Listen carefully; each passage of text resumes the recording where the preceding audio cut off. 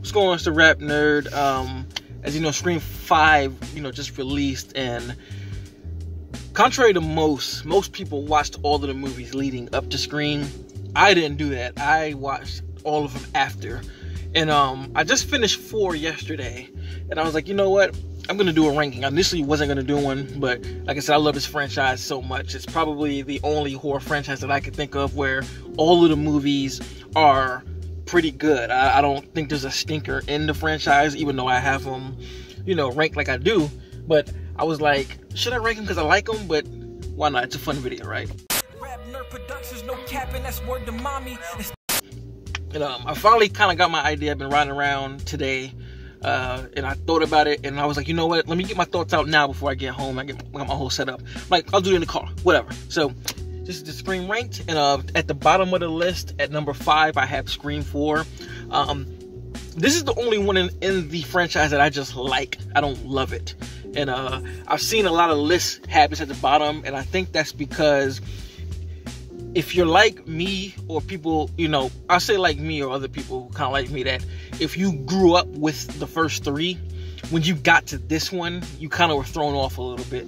And I think the reason behind that is the first 3 are like self-aware. And when the 4th Scream hit in 2011, that's when it stepped into like this whole meta ideology the most. And I think the 2 are vastly different. I think self-aware is kind of like, all right, I know what I am. I know what I'm trying to do, presenting the rules of the horror movie, and I'm going to play off that. While being, meta is like, you're self-aware. That's your self-aware. You know what I mean? It's like self-aware times 2. And for this film, because, the term meta comes from metacognition. And that's, if you look it up, it's literally saying like, you're thinking about thinking. You're aware of being self-aware. And I think with that extra level of being self-aware, for me personally, there are some moments that come off as a little try-hard. I'm not going to front. Like, it's just like for instance, the opening of Scream 4, to me, it's just a bit try-hard. Like, that alone kind of shifted my perspective going into the movie. I kind of was just like, I don't like this, man. They're like kind of making fun. It comes off as making fun opposed to being smart like the other 3 in my, whatever, my opinion, the other 3. Even, down to when the killer calls Kirby, and before he even asks an answer, she runs through like, a whole paragraph of like classic horror movies. I'm like, it's a bit much, you know what I mean? And even with it, I guess, trying to pay homage to the old Screams, but they just kind of redo some of the old scenes. And to me, it's more of, comes off as lazy than it is paying homage to them old scenes, personally. And like I said, it just goes a bit over the top with the whole meta thing, having, the kid tied to a chair in front of a pool, having him recreate the same like watch party from Scream 2. It's just a lot of it's just like, I get what you're trying to do, but it does not seem natural or authentic to me. It just seems like you're really trying hard to do it. And one of the big stinkers about it for me is the cinematography. I think it's not shot that well to me. And I don't know, I'm pretty sure it's post-production, because I even looked it up. I was like, what kind of lens did they use to get this look?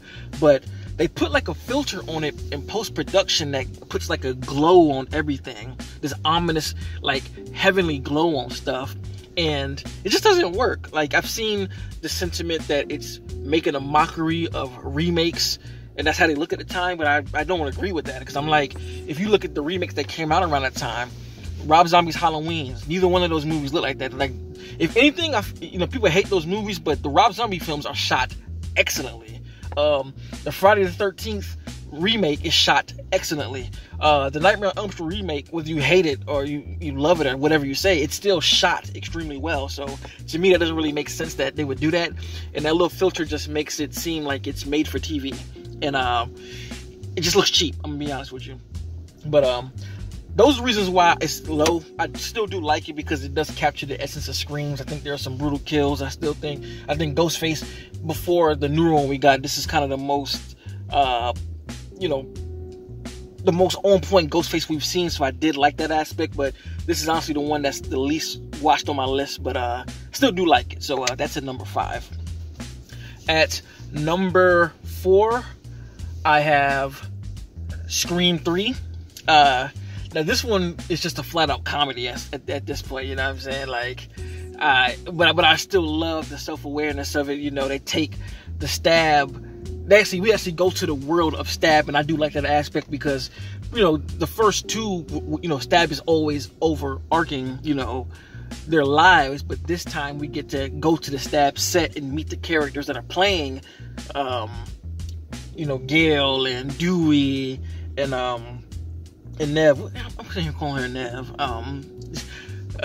But you see the characters who are playing them, and you just see how exaggerated they are for the real people. And I just found it funny. I mean, the line, like all of the slick stuff being said, like cute violence, like, or he's living outside the fucking Unabomber. Like, it's straight up comedy. And even when you throw in like the obviously added ADR to like some of the characters talking to like my man who played Bud, like when he's running, it's like, oh damn, like, get the hell out of here. Like, it's just literally just a comedy. But again, I do like the aspect of them bringing the real life and the actors together, and you just see them bounce off each other. I like the slick homage being paid, like when in the third act when there's like a pool in the back, and you know, to homage the first one. And I like the cinematography and like the scene when I forgot what her name, the name of her character is, but when McCarthy's character is hiding, you know, in the closet with the costumes, and you see like a row of 2 Scream masks, and then he pops out. It's like a visual representation of Scream 3. I really enjoy that stuff, man. Like, this is one I watch a lot. You know, I like to see the characters grow. The terrible bangs on Gail always crack me up. Yeah, I really like it. I think the only negative is that I think it did come off a little too funny, but it's the 90s aesthetic. I can't help it. And yes, it came out 2000, but the shit was shot in the late 90s. So just that whole aesthetic just gives this movie a plus for me, and that's why I got it at number 4, excuse me. So at number 3, I have Scream 5. I have a whole review on that. I love the movie. To me, this is the modern version of Scream, where you take the meta and self-aware aspect and put it to work. Here, I think the movie flows naturally than Scream 4, and it just works a whole lot better. And fucking Ghostface is on a whole different level here, man. Like, holy shit, like, this is the scariest Ghostface has ever been. This is the most brutal Ghostface we've seen, and I love that. And outside of the meta stuff, I think the filmmaking of this movie is phenomenal. This is probably the next best shot Scream movie in the franchise, next to the first one. So I have to give props to that. And it may even move up the more I watch it. I still love it, but again, you already know what the first 2 are. If you know, it's only 5 of them. So this one just hasn't trumped either one of those yet, but it could in other watches, who knows. But I have that as number 3. Now, number 2 for me is Scream 2. Now, out of all the Scream movies, this is the one I probably watched the most. I think the introduction kill is easily almost as good as the first movie. I think the commentary of, you know, the way it just starts, so they start with D'Angelo, like, bro, like, what? And again, the commentary on, like, black people in horror movies, how Jada and Omar, it's not their character's name, I don't know their names, but how they're going back and forth with, like, you know, black people in films. And it's hilarious, you know, seeing her. It's a movie about some dumbass white people in they dumbass white worlds getting their white asses cut the fuck up. Like, that shit is yo, that shit is so funny. And then it just that whole little dialogue at the beginning, just like, you know, them talking, I know my shit. It's fucking hilarious. And Omar responds like, where you get your PhD in black cinema, Sister Soldier? Black eyed peas, black cats, black hats. Like, this shit is gold, dog. Like, I love that. And Jada, she single-handedly started a whole fashion hair revolution with that short hair. All the black women around that time had their hair cut. So I gotta give her that. And then her acting, like when she does get killed, like just she is selling the shit out of that stab wound, man. Like, so the intro alone to me is like still trumps a lot of the other movies, you know. And I gotta admit, I'm a stickler for, you know, college / school campuses. I just love that I love that setting. It just makes for it's like a comfort setting, you know, because I went to college, and the campus, just if you went to any college, pretty much, I mean, most of the campuses look like that. So if it's those, you know, school setting just has a warm place for me, because there's so much you can do, there's so much you can play with, to, you know, inside the school, to make for some cool kills. Like, I love that you see where Sydney is from at the end of the movie and how she is now, and you see the progression of how she is the entire movie, and that in itself is a dope way to play off self-awareness, because they've all gone through this, you know, before. I think all of the characters are used well. I love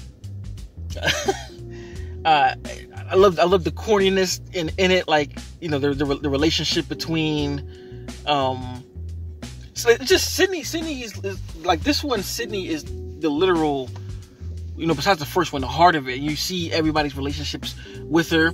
I love that they included, you know, some black characters for real, and they weren't just like, again, it's commentary. Like, we heard what y'all said. Like, ain't no black people in horror movies. And even though the black people got killed first, which is also referenced, you still have other characters, so it's kind of like, oh, okay, you know. And even with Joel, the cameraman, getting the fuck out of Dodge, like, he... like, it was so spot on. Like, when my man said, yo, I'm getting the hell out of here, you don't see him for the rest of the movie. He is out. So, I love that. What other aspects do I really enjoy? I love, what's his name's character? I forgot his name. I'm bad with names. Sorry, y'all. But Jimmy F. Kennedy's character, I love just how more meta he is in bringing that film reference to the story. And I'm still upset that they killed him, but I get why they did it. I really love this movie. Like, I don't have anything bad to say about it, honestly. Like, I can go on for days just talking about what I do like. That school setting, man. I love how Nev is I keep calling her Nev. That is not her name. Sydney is haunted by Ghostface, and like, when she's in the theater and she thinks, I don't even know, does she see him or does she not see him? Like, she's just haunted every single place she goes, and you just see the repercussions of everything. I love how her and Gail just still aren't on good terms. How, you know, she runs up on him with cotton at the end, at the very beginning, and she was a punch her in the damn face, and she's like, her friend is like, did you get that on film? Yes, I got that on film. Like, it's just, Scream 2 is just gold for me, bro. Like, it's just gold. I could just talk about it. I literally watched this one the most, you know. So, enough talking about that. And number 2 is Scream 2. And of course, you already know, at number 1 is the original Scream. I mean, come on. Revolutionized the slasher genre. Self-aware. The first movie to actually present what the rules are and how the rules work. Like, I mean, that's insanely smart. Insanely intelligent. And then the way it's shot is just fantastic. I just love how much of it's not really a tonal shift, but it's just like how perfect the intro is. Like the intro is extremely brutal, like fucking brutal. Like, it just starts off slow, phone call ringing, who is this, go on, what's this scary movie, I don't want to talk, you better not hang the phone off or I'm gonna gut you like a fish. Like, and when he says that in the movie, that's when the whole tone switches. It's kind of like, whoa. A prank caller wouldn't say all that shit to somebody. And from that moment on in the intro, you're like, this is some real danger. Like, the suspense, the tension is all just like in your face, and you just feel it. And again, if you watch it for the first time, you're just kind of like, what the fuck is gonna happen? You know, it takes some balls to kill off Drew Barrymore. This is Drew Barrymore in the 90s. She was huge. So for them to set it all the way up, like, you know, she's a victim and she might get away, and she finally does get away, and her boyfriend's in the back by the pool, and he guts him. Like, shit is real, son. Shit is real. You think she's gonna get away? He grabs her. Shit is real, son. Like, and then just the way he hangs her on a tree. Holy shit! Like Randy said. And geez, what the fuck? Holy shit! Like, that's how I felt watching that. Like, it's so brutal and just so. And then once you actually get into the movie, you're met with this like playful, jokey, mode of the friends getting together, and you see Sydney, and you're not really sure what she has to do with any of this at this point in time. So it's just built so perfectly how they hit you straight up at the beginning with something so brutal. It's like all bets are off. We just killed one of the biggest stars in the world at the time, and from that point on, as the story just unlocks and you start getting the rules presented to you, it's just so good. And then with the comedy that is fucking hilarious. Matthew Lillard putting on a performance of his life. Stu putting on a performance of his life. Like, so damn good, man. Like, it is so good. It's so funny. I think my favorite part is when Randy's in there talking to him about the rules at this party, and he's like, you never said you're gonna be right back, and you're gonna die. And then Matthew's like, hey, you want a beer? Yeah, I want one. I'll be right back. And then everyone's like, oh, like, that shit is hilarious, man. Like, Scream is one of my favorite movies of all time, period. Like, not just horror. It's in my top horror, but it's one of my favorites ever. Like, damn near right behind Halloween, honestly. Like, transcended the genre for me personally. Well, not even for me, for everybody. We all know Scream is like one of the GOATs, period. Like, the shit that they pulled off is just fantastic. And before I be in here talking for 20 minutes about Scream, that's number one. You know what I'm saying? Like, I'm sitting here thinking about more things that I do want to say. Like, I'm gonna eventually just do a video about Scream, why I love it, and really flesh out why I love the first one, like I did a couple other videos. So that's my ranking. Let me know in the comments, what your order is. If you agree, you disagree. Let me know what you love, what you don't love, all that. You know what I mean? This is a horror community, so I'm here to hear anything. Thank you for watching. Like, subscribe, and until next time, peace.